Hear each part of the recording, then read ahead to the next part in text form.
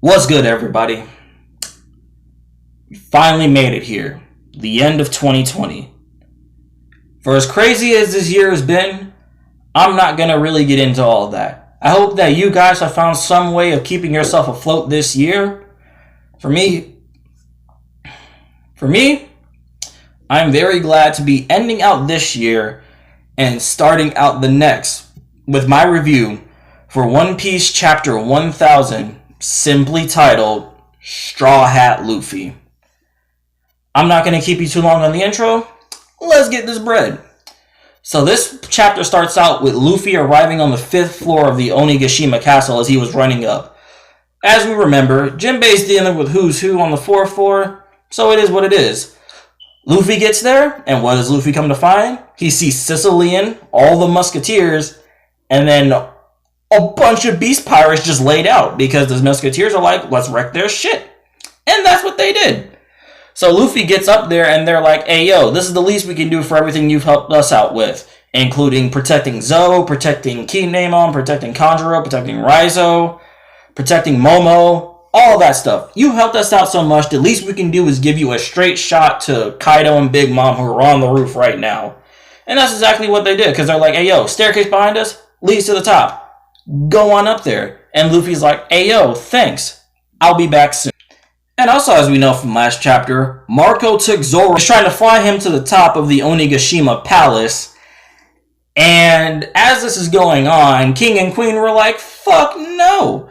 So then King goes, pterodon form, and then Queen went brachio form with a freaking tongue cannon, which was really weird. But then another thing that Queen can apparently do is, I guess he's just a complete cyborg mechanized freaking brachiosaur. Because what Queen does is like he extends his neck out with like this metallic extendy spine thing.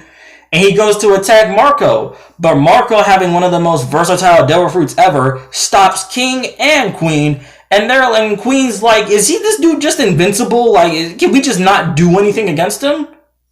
Close. Sometimes you can, but most of the times, no. Anyway, whenever he catches both of them, he's like, hey yo, chill out, boys. Alright, Zoro, you got this. And does what everybody probably assumed Marco was gonna do. He just takes Zoro and then throws him. Zoro, as he's flying through the air going to the roof of Onigashima, is like, hey yo, I didn't sign up for this shit. And then he crashes through the roof. So Zoro's up there now. Then we cut back to Yamato and Momo just talking. So then Momo is talking about the D, and Will of D and all that stuff. And then he notices that Yamato has Odin's journal in his hand. Something that everybody, I'm pretty sure, wants to read at this point, just in its entirety. Because it would just be freaking awesome. In any case, Yamato was like, yeah, I was so sure that you had died 20 years ago, Momo. So it's very interesting to see you now. So Yamato's like, yeah, I'm going to give you your dad's journal because, it belonged to your father. And now it's the best thing to do is give it to you.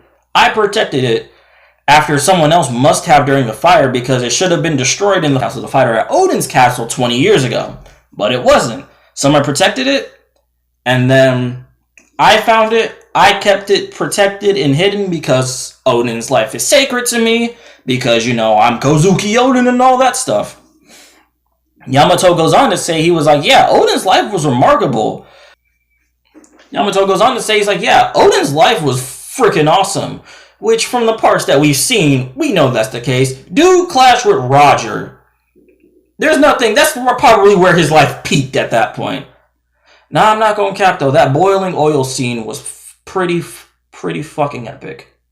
Not the point. And then Yamato was continuing just talking to Momo. He was like, yeah, you were born on Whitebeard's ship, but you also rode on Roger's ship. And Odin was like, and then Yamato was like, yeah, Odin and the Roger pirates 20 years ago predicted that a group of strong pirates were going to advance into the new world, thinking about all the supernovas. And while this is going on, you see Law and Killer and Kid just running through the palace. So then Yamato's like, yeah, they were talking about this moment. And I thought for certain that Ace was going to be leading this movement. But then after Ace had died, Yamato remembered back to something whenever they were talking. because Ace had told Yamato that Luffy's dream is to become king of the pirates, and he was like, "Oh man, I didn't mean to say that." Don't you dare, like, one, forget that you saw this, but two, don't you dare laugh at him. Because if you do, Sabo and I will not forgive you. Which I found that phrase interesting. I'm guessing he was just talking about just like the idea of Sabo, because Ace didn't know Sabo was still alive at this point.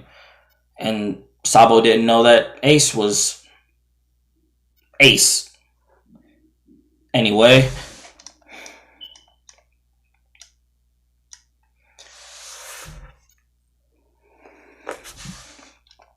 But Ace was like, initially me and Sabo laughed at Luffy too whenever he expressed this dream. But he honestly believes it. And he believes that he can do it. So don't you dare laugh at my brother's dream. And Yamato's like, I would never laugh at that, Ace. Like, why would I? And from what I'm getting from this and this little exchange that Ace and Yamato were having, I feel like Yamato was kind of touched by Luffy's pure determination to become king of the pirates, because his determination, I feel like, reminded Yamato of Oden's determination to set out to sea.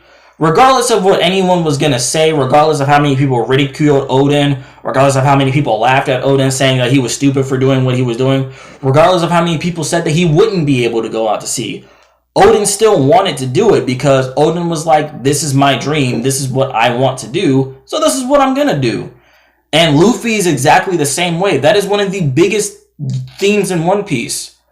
From Zoro becoming the greatest swordsman, Sanji finding the All Blue, Nami drawing a map of the world, Robin reading all the poneglyphs, Frankie having a ship that sailed every single sea in the world, Usopp becoming a brave warrior of the sea, Brook meeting Laboon again, and Chopper becoming the world's greatest doctor. And most of all, Luffy becoming king of the pirates. One of the biggest things is one of the biggest themes in One Piece of all time is following your dreams no matter what anyone else is going to have to say about it. Because it's not them that have to live with the choice of... It's not anyone else who's going to have to live with the guilt of never trying to achieve your dream in the first place. It's you. So if you don't want to live with regret, then do your best to achieve your dream. You may not be able to achieve it, but you'll at least know that you tried, and that's better than never knowing and having not tried at all. And Yamato definitely felt that, because Yamato's dream was to be away from his father and live life as Kozuki Oden. And what did Kaido do as soon as Yamato started saying shit like that? He's like, alright, bet. Handcuff. You're stuck here now until you become more in line with my will. And Yamato was never allowed to just be free. And I feel like that's what Yamato's dream is at this point. Is just being free from father's will. So this exchange with Yamato and Ace is continuing. And then we find out that Yamato is the one who had Ace's Viver card made. So then Ace is like, what the heck is this? It looks like a piece of paper. And, Viver cards being, attached to a person's life force. So no matter where the person is, the Viver card is always going to go to wherever is always going to follow the direct line to wherever the person is, no matter where they're at. So Yamato takes a piece and he's like, with this, we'll surely be able to meet again someday. And Ace is like, heck yeah, I'm going to be back and we're going to see each other again. And then, that didn't really work out like that, because, 2 years ago, as you know, in his attempt to protect Luffy, Akainu said fuck that and put a hole in his chest. And as Yamato explains, just at one point 2 years ago, Ace's Viver card just kind of disappeared. And whenever I was reading newspapers, I found out about Ace's death at the War of Marineford. I also found out that Ace was Gold D. Rogers' son, and that his little brother is Luffy. Luffy, whom you guys happen to bring here to help with the rebellion against my father. And he's like, this just kind of has to be fate. And he's going on to the future that Oden and the Roger Pirates predicted about the strong group of pirates that were going to come to the New World. So then Luffy finally gets to the roof of Onigashima, and we kind of get a throwback to that one scene at Sabaody, whenever Luffy, Law, and Kid were going up against the Marines, and they were all kind of arguing about who was going to fight at one point or another. So Kid's just kind of up there, and Kid's like, oh, Straw Hat, you're here to watch me fight, aren't you? Let's do this again. And then, like, it's just kind of, they're just up there, and you see a bunch of silhouettes. And Kaido looks down, and Kaido's like, oh, he's Straw Hat. And Big Mom's like, ooh, I see all these heads that I want to serve on a silver platter right now. And then we get it. The double page spread just showing who all is going to be involved in this final fight for on Onigashima. It's Luffy, Law, Kid, Killer, and Zoro versus Kaido and Big Mom. And while this is happening, we get a little overlay of Yamato talking about the prophecy in its entirety. Basically, Odin was like, in a little more than 20 years from now, a group of strong pirates shouldering the burden of the new generation will advance into the new world. And if by any chance I am dead by this point, they will be the ones who are going to take down Kaido. Then while this is going on, Big Mom and Kaido start to have a little bit of exchange. And then Kaido looks at Big Mom and he's kind of like, hey, yo, Lin Lin, you want to know what this kid decided to say to me? And then Big Mom's like, oh yeah, he's always a cheeky brat. He was talking big to me back whenever he was in my land too. He also destroyed my castle. Matter of fact, apologize for that. Luffy paying them no attention just kind of takes a step forward, and then he just bypasses them entirely. So it's like, in the way that it seemed, Big Mom and Kaido didn't even notice that Luffy had walked forward in between both of them. Because they're both kind of shocked, and even Big Mom's just kind of like, huh? And then Luffy's just like not paying them any attention whatsoever. And Zoro's kind of looking like, that's interesting. So then Kaido looks at him. He's like, hey, yo, brat, you said you were going to be the king of what exactly? What are you going to be the king of again? I just want to hear it again. Just tell me that. And Luffy's still not even looking at Kaido right now. He walks over to Kinemon. Kinemon's all beaten and bloody. And he's like, hey, yo, Kinemon, you good? I'm sorry that I'm late. And then Luffy kind of like sits up and he looks over. And then you just see it. All of the scabbers just laid out on the ground. And beaten is just a word. These guys got shit stomped by Kaido entirely. Kiku lost an arm. All the other scabbers are just beaten and bloody and just laid out on the floor. They got destroyed in this fight. And I thought that they were going to do a little bit better, because it's like, oh yeah, they all hit him with the Oden, Nitoryu, Togen, Tosuka, and slashed up Kaido, and it looked like that hurt him. But as we can see, it didn't really do jack shit. Just saying. So then Luffy is sitting here talking with Kinemon, and Kinemon's like, it can't end like, Kinemon's all crying, and he's like, it cannot end like this. Like, I can't let it end like this. If it ends like this, if we just get destroyed without doing any kind of damage to Kaido whatsoever, what good is there? We won't be able to show our face to Odin in the afterworld. Like, we couldn't even bear this shame in death. And he just grabs Luffy. He's like, Luffy, I am begging you, please save Wano for us. Do what we couldn't. And Luffy being Luffy, Luffy's like, of course I will, because this is the country of my friends. And then when this happens, Kaido raises up his Kanombo and he's like, hey yo, brat, I was talking to you. And then Luffy looks back, he's like, yo, Law goes, alright then, shambles, and brings all the scabbards downstairs. Kaido walks up to Luffy and brings down his Kanombo, and Luffy dodges it. Then we get a scene that's a complete throwback to the beginning of Wano arc. You remember this? Remember whenever Luffy did this? Tried to rock up the Kaido Dragon form with an elephant gun and it didn't do shit? Yeah, so in this moment, as Luffy is just recollecting over all the stuff that he's been hearing throughout this Wano arc, thinking about Momonosuke, Kinemon, everybody's determination, and all this stuff. Take this scene right here. Factor in Luffy's new real role that he got from training with Hyo. Put Kaido in his human form. Add fire. And that's basically what happened. Because sure enough, Luffy bust out his new technique, Gomu Gomu no Red Rock, and floors Kaido. As soon as this attack makes contact with Kaido's face, it just bursts into flames and floors this man. Get into this in a second, because there's a lot of stuff that I have to cover as soon as I'm done reading. Either way, Big Mom looks over at Kaido, and Kaido's kind of like on the ground, and he's like, shit, that kind of hurt me a little bit. And Big Mom's like, what are you doing getting floored by this petulant child that we have in front of us?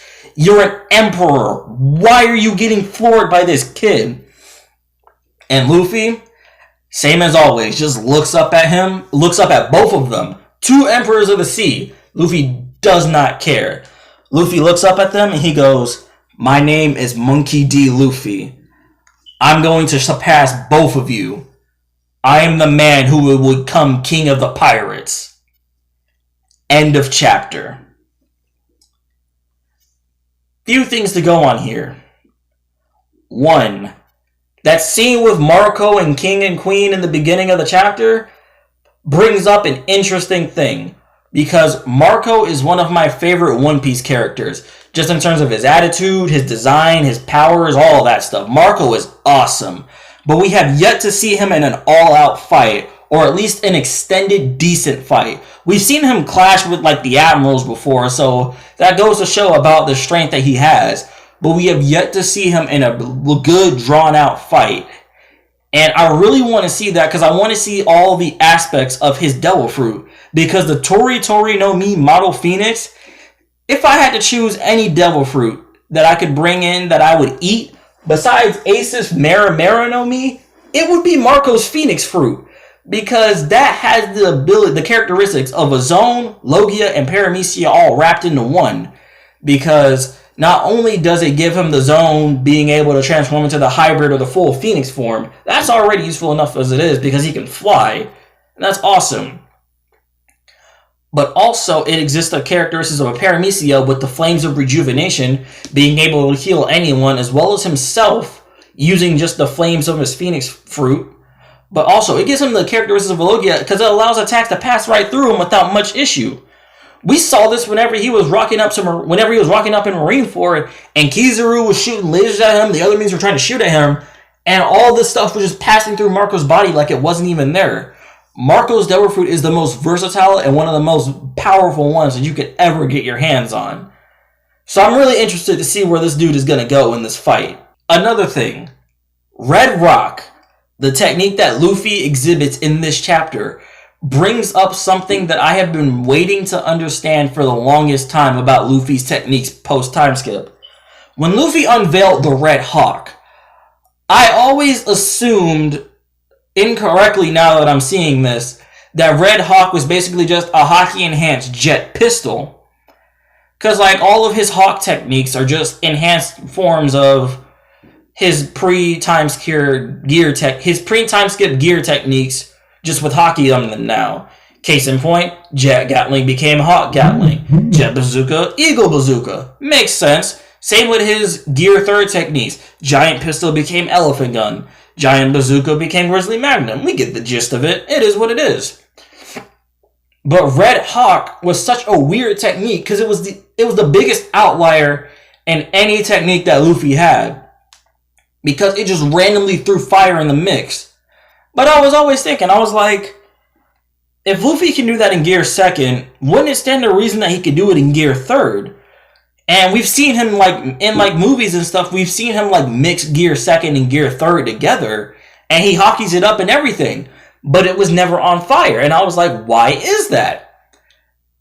I now see that the red part of the technique name is what makes it a fiery technique. Adding red, the red techniques are a specific subset of each of his gear techniques. So Red Hawk is a subset of all the Hawk techniques. Same with Red Rock now is a subset of all of his Gear 3rd Hockey Enhanced techniques. So I'm interested to see what other techniques Luffy can use that have fire mixed in with them. Because if he can bust out multiple fire attacks, one consecutively and two just in different ways, shapes, and forms, that's going to be interesting to see. Just like, seeing him carry on the Will of Ace and everything. I'm just interested in seeing that, and it's going to be really cool to see. Last thing I want to touch on before I end this video. The idea of how insane this final battle is going to be. Let's just put this into perspective. Luffy. We all know how crazy this man is in terms of just battle power and just his adaptability in a fight. We all know where he is at in this. Zoro, Luffy's vice captain, coming up on being the strongest man in the world and is now in possession of Enma, which scarred Kaido in the first place. Law, Surgeon of Death, one of the coolest One Piece characters, I will admit. In terms of design and persona and powers, he is one of the coolest characters. I'll give y'all that one. Killer, Kid's vice captain, who we have yet to see actually actively fight somebody. So this is going to be interesting, and also to see what he can do. And then Eustace Captain Kidd himself. Basically Luffy with zero morality and magnetic powers. The 5 of them versus Dragon God Kaido, Mythical Fishman himself, and Big Mom, who we've already seen all the crazy shit she can do in Totland. This lineup, 1, I'm glad that I called it. 2, it's moments like these that make me love One Piece so much. For those of you who may not know, One Piece is my ultimate top tier favorite series out of anything. And it's moments like these are why. It's not just the fact that it's just action-packed all the time. The emotional moments hit you. The character moments that are built up are just ready, and you're just ready to see the payoff of it. And the action is top-notch. The action for this final fight alone is going to be absolutely insane. And I'm really glad that we get to start off the new year with this kind of action just hyped up to all degrees. I personally cannot wait for the next chapter to come out. Hopefully they continue on the fights that are happening, and I really, really am looking forward to seeing this fight play out until the end. Well, that's all I have to say about Chapter 1000. This next coming year, I'm going to be doing my best to make more YouTube videos and trying to keep my channel afloat per the YouTube algorithm once I learn how all that works. Hope you guys enjoyed this. If you did, subscribe if you haven't. Share it with your friends. I could use the support, and hopefully I get it. And yeah, let's see what this year has in store for us, guys. Catch you later.